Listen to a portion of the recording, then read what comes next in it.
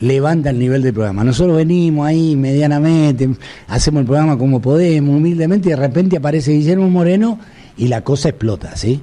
Guille, ¿cómo estás? Alberto Trombetta te saluda. ¿Sí? ¿Qué tal, Trombetta? Gracias por tus palabras. Es un placer hablar contigo como siempre. Bueno, estamos en este momento en una puja muy importante por saber quién es más traidor, si el ex gobernador de San Luis, Claudio Poggi, o el actual vicegobernador de San Luis, Eduardo Monés Ruiz. No hay ganadores todavía, no hay un ganador nato que vos digas, no, este es más traidor.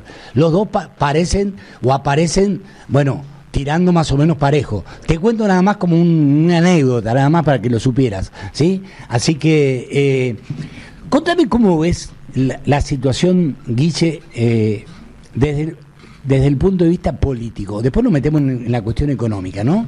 Porque recién hablaba con Eduardo Alessio, que vos lo conocés, que es un opinólogo, ¿sí? Es un analista político, y él decía que en realidad el fenómeno a atender y mirar era el de Javier Milei, que hoy tiene un nivel de adhesión que supera el 30% y que lo proyecta hacia la presidencia con muchas posibilidades.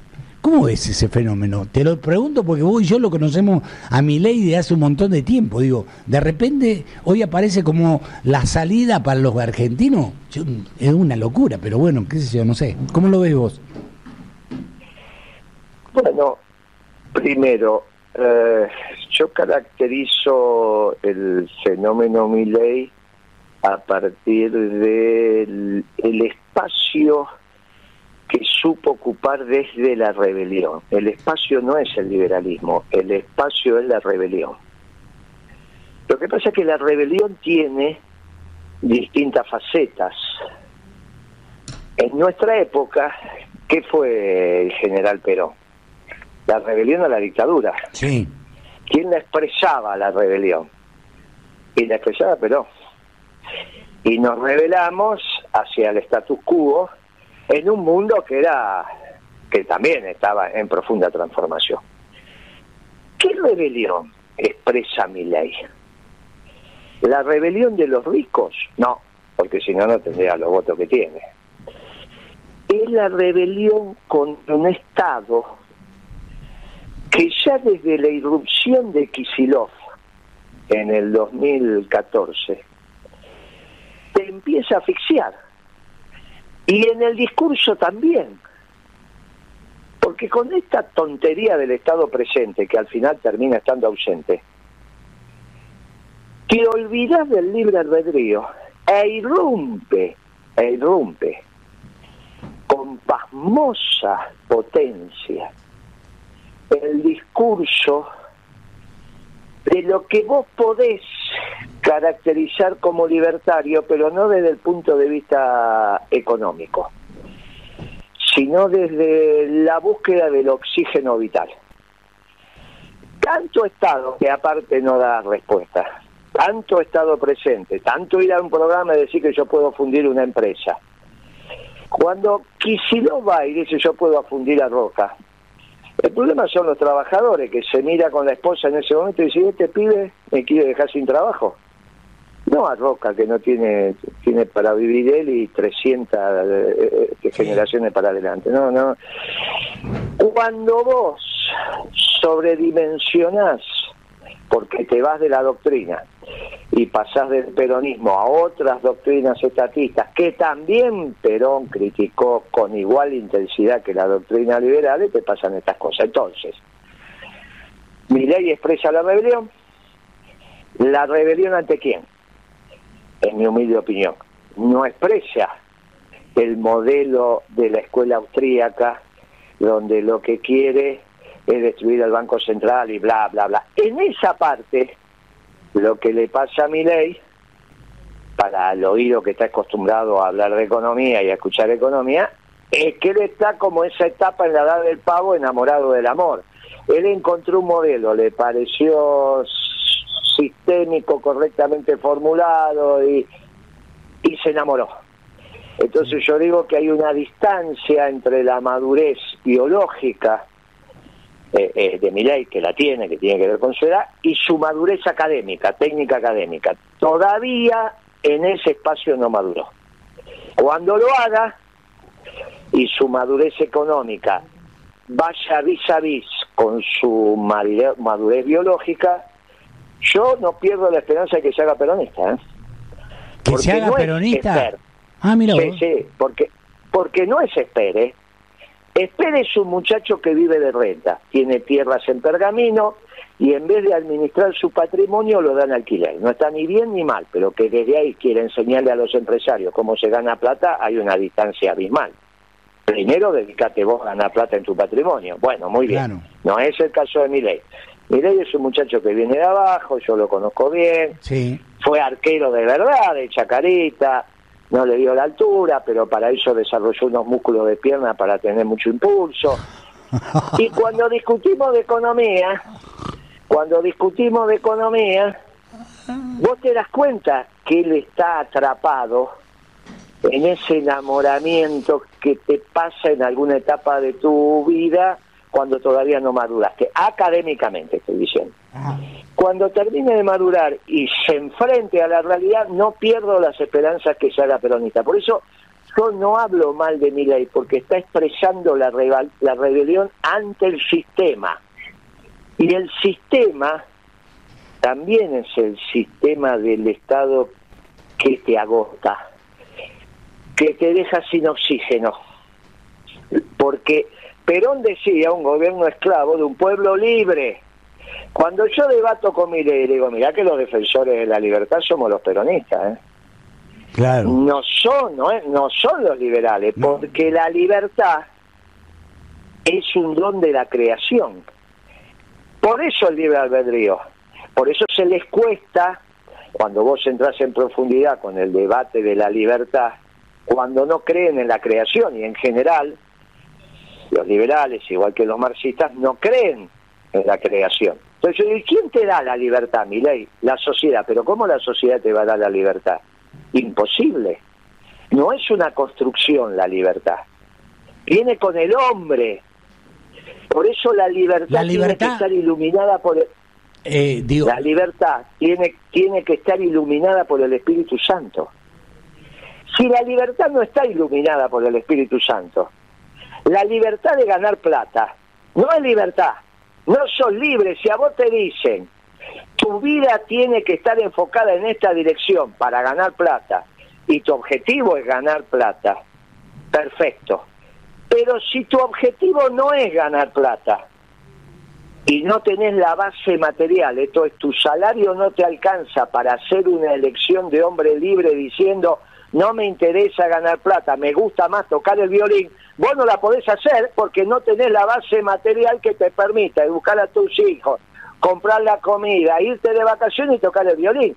Esa es la libertad de verdad, la del peronismo. Por eso tiene que haber una base material que le permita al hombre libre tomar decisiones en función de su aproximación a la felicidad. Para algunos la felicidad será ganar plata, perfecto, tienen que hacerlo.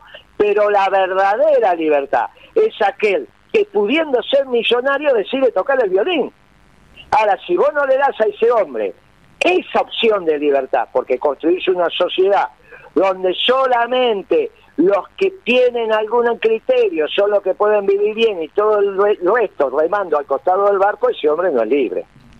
Por eso el debate, por eso no te aceptan el debate los liberales. Milei Claro. sí, pero los liberales no te lo aceptan. Guille, la columna de BAE económico hoy es hay equipo, hay plan, ¿sí? Segunda Sí. parte, contame un poquito. Mirá, nosotros terminamos hoy con la tercera parte del plan. La primera fue la política de ingresos. Se estructura un plan económico con 3 columnas. La política de ingresos, que tiene que ver fundamentalmente el 50-50 de la vieja época, hoy nosotros decimos 60-40, cómo se reparte la torta entre el capital y el trabajo, y dentro del capital a quienes pone, y dentro del trabajo las distintas categorías de trabajo que hay, tanto en relación de dependencia como al profesional independiente o el autónomo, ¿está bien? Ya que para hacer la división entre capital y trabajo, como siempre hizo Perón. Bueno, ese fue el primer artículo. El segundo tuvo que ver con la política monetaria, y el de hoy tiene que ver con la política fiscal. Y esto se enlaza con lo que hablábamos hace un rato, porque vos no vas a tener una correcta política fiscal si a cargo de ejecutar la política vos no tenés hombres y mujeres bondadosos y que tengan templanza. Bondadosos y con templanza. Bondadosos, porque hay que tomar decisiones difíciles, pero lo tenés que hacer con bondad. ¿A quién le falta bondad? Y por ejemplo, Esper, cuando dice, me sobran 3 millones de empleados públicos y que se la rebusquen. Bueno, no sos bondadoso. Claro, para ser bondadoso tenés que tener un criterio ético. Tenés que ir al equilibrio fiscal. Pero para ir al equilibrio fiscal lo tenés que hacer con bondad. Entonces un hombre bondadoso, y nosotros nos consideramos bondadosos, decimos, mire, obviamente que siempre hay gastos para revisar, pero primero mejoremos los ingresos y tenemos un montón de recursos en la zona núcleo de la Pampa Húmeda de los terratenientes, los dueños de la tierra en la Pampa Húmeda. No haga el equilibrio fiscal sobre el hambre y la sed de los jubilados. Hágalo mejorando los ingresos por un tiempo, aunque sea 5 o 6 años, lo compensás con un bono, en fin, hasta que salgamos de esta situación tan horrorosa que es el acuerdo con el fondo como se ha hecho. Sí. Acuerdo que acordar. Y la deuda con el fondo hay que pagarla, pero que no la paguen los jubilados. Bien, para eso tenés que ser bondadoso. Ahora a su vez tenés que tener templanza, porque vas a recibir presiones de todo tipo. Por eso el de hoy tiene el atributo de la bondad y la templanza en los hombres de gobierno que tengan que ejecutar el plan económico. Y vos fíjate qué interesante, porque cuando vos transitas por cuáles son los funcionarios, no los observás ni con bondad ni con templanza, en el gobierno nacional, de esto estoy hablando. Sí. Obviamente, cuando vos obtenés los recursos, es mucho más fácil la discusión con el fondo monetario. Ahora, sobre esta discusión con la Pampa Húmeda, en este momento aflora otra discusión con la Pampa Húmeda también. Y humildemente se lo decimos. Por eso es importante que piense en el conjunto del país. ¿Está segura la sociedad rural que cuando el conflicto por la primera medianera, que es en Ucrania, se traslade a la segunda medianera, que es entre Taiwán y China, los norteamericanos junto con los ingleses y australianos no van a prohibir el comercio de alimentos con China como ahora prohíben el comercio con Rusia? Y si prohíben el comercio con China, ¿qué hacemos con la soja?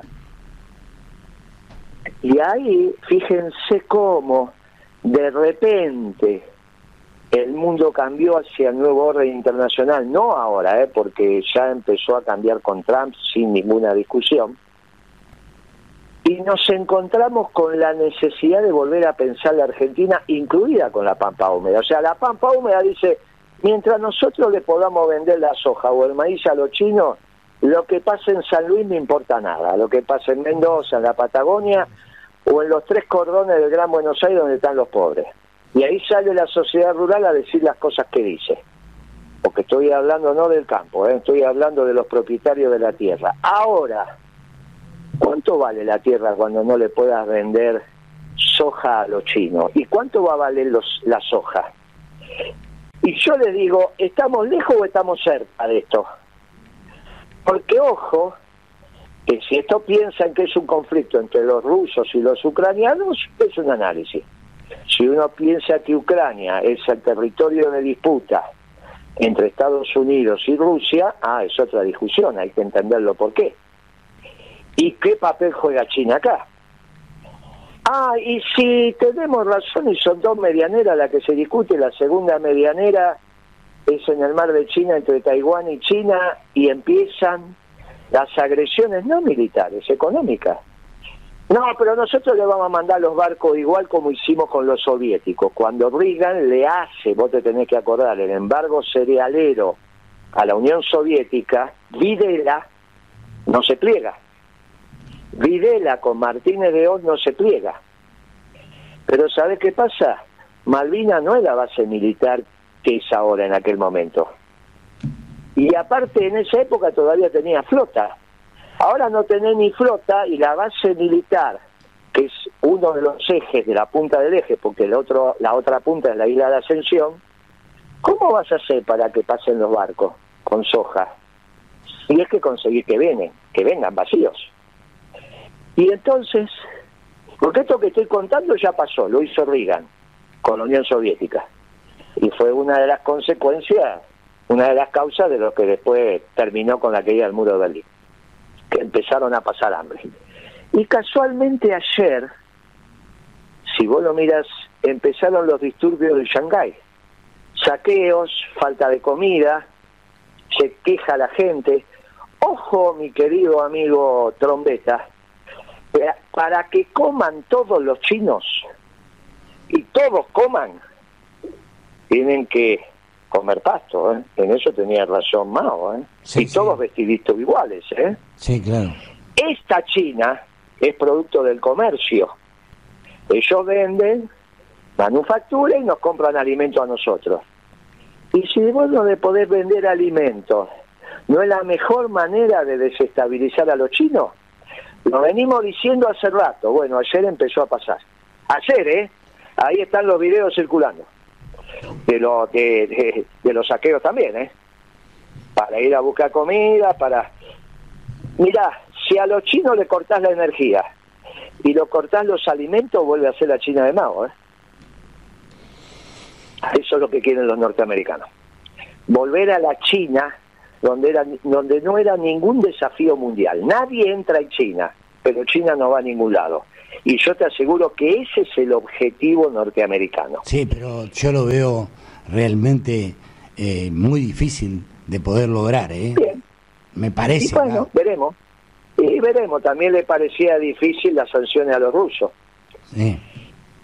Es lo más fácil que hay. Mira, ahora van a empezar a desarrollar los misiles en Australia. Australia, Inglaterra y Estados Unidos. Ya están desarrollando los submarinos nucleares. Y se hicieron el tratado de defensa que se llama AUKUS. ¿Por qué lo de difícil? ¿Cuántos portaaviones tienen los chinos para mandar su ejército afuera? No es nada difícil. Los chinos pueden de manera terrestre ir a Corea del Norte. ¿Para qué? Ir a Vietnam. ¿Para qué? Ir a Camboya. ¿Para qué? Ir a Birmania. ¿Para qué? Ya para el lado de Mongolia, olvídate. Y para el lado de Rusia, olvídate. Para el lado de la India, olvídate. Pero aparte, ¿para qué harían todo eso? Es la vieja concepción inglesa que el dominio de los mares es lo que te da la hegemonía. Siempre hubo dos concepciones en el mundo, el dominio de los mares o el dominio del territorio. Napoleón era dominio de territorio, los rusos dominio de territorio, los ingleses es la doctrina del dominio de los mares. No podía decir, bueno, en algún momento le fue bien, en otro mal, y yo te digo que están de vuelta. Por eso lo que nos está pasando y lo que está pasando en el mundo, por eso se fueron de Europa. Y en ese esquema del dominio de los mares que está Estados Unidos. Si vos te imaginás a Estados Unidos como una isla dominando los dos mares, eso es Estados Unidos, ¿no? Por eso tiene el poderío naval que tiene. Entonces, mira, no es tan complicado. Sobre eso tenés que pensar. Ahora, yo no digo que tengo razón, te digo que le digo a los muchachos de la Pampa Húmeda que van a tener que sumarse en un proyecto de país. Porque si yo empiezo a tener alguito de razón, no van a tener a quien venderle la soja. Vos sabés quién hizo las juntas de grano, ¿no? Sí. La junta de grano lo hicieron ellos, no la hizo el peronismo, ¿Sabés cuándo le hicieron la junta de grano? Yo te iba a decir el peronismo. No. Las juntas de grano es de Uriburu. No, pero está bien, pero hizo Pinedo. Pero está bien, desde mi ignorancia iba a decir el peronismo, ¿me entiendes? Claro, pero no, porque nosotros somos un gobierno esclavo de un pueblo libre. Cuando la crisis del 30 no tenías a quién venderle los cereales, sí, porque nadie los compraba y aparte el precio no alcanzaba, ahí se hicieron las juntas para que el Estado le comprara el trigo a los productores y el maíz. Y la carne. Acá me dicen, lo hizo Federico Pinedo cuando era ministro de Finanzas. Claro. ¿Sí? Claro, Economía y Finanzas. Sí. Es el plan Pinedo. Vos fijate... Para ayudar, escuchá, me dice un capo que es Hugo Sudaire, que es economista igual que vos, para ayudar a sus amigos estancieros por la caída de los mercados. ¿Sí? ¿Viste que no somos nosotros los estatistas? Claro. Ahora, yo le digo a los muchachos de la Pampa Húmeda y de la zona núclea, está bien, ustedes pueden decir, como decís vos, no, pero eso no va a pasar porque los chinos, bueno, también me decían un montón de cosas y terminan. Yo les digo, miren, la soja en la época de Alfonsín costaba $200. Y entonces la Pampa Húmeda no era ¿está bien? Sí. Entonces yo te digo, mire, hay que repensar la Argentina. Y hay que repensarla de verdad. Y la única doctrina que piensa de verdad todo esto es una doctrina humanista y que incluya al conjunto.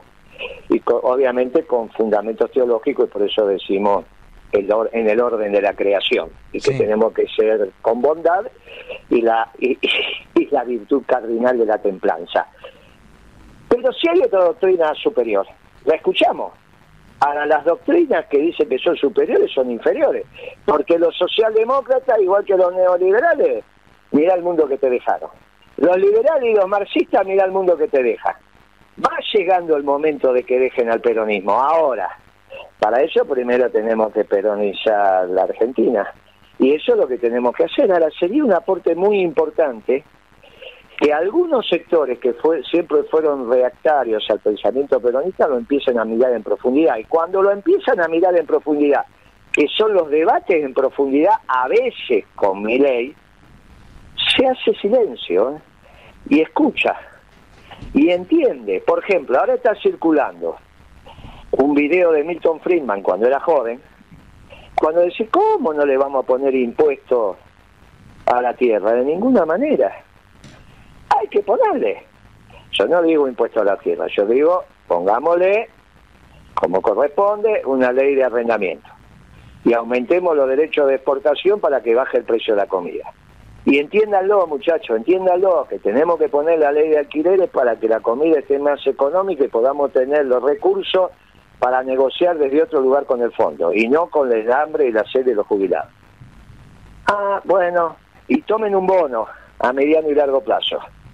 No nos metemos en el derecho de propiedad, nosotros creemos en eso. Hay que repensar todo esto, ¿eh? Hay que repensarlo. Es muy interesante el mundo que se nos abre, que obviamente irrumpió de golpe con la administración Trump, pero que ahora empezás a tener los hechos de verdad fuera de la academia con la guerra en Ucrania, porque se está transformando, se está definiendo, lamentablemente para el pueblo ucraniano, dónde va a pasar la medianera en Europa entre Estados Unidos y Rusia. Claro.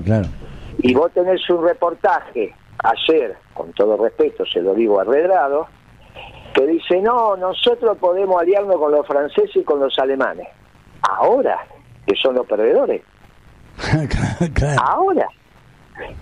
O sea, entender mal el mundo, por eso Perón decía que la verdadera política es la internacional. Vos entendés mal el mundo y vas al lío. Claro. Pero después lo tenías a Alberto pensando que el futuro, no vos, ni el otro, el Alberto malo, pensando que el futuro es China. Y si Moreno tiene algo de razón, ¿cómo resolves ese tema? ¿Por qué pensás que los chinos le van a seguir vendiendo la mercadería al mundo?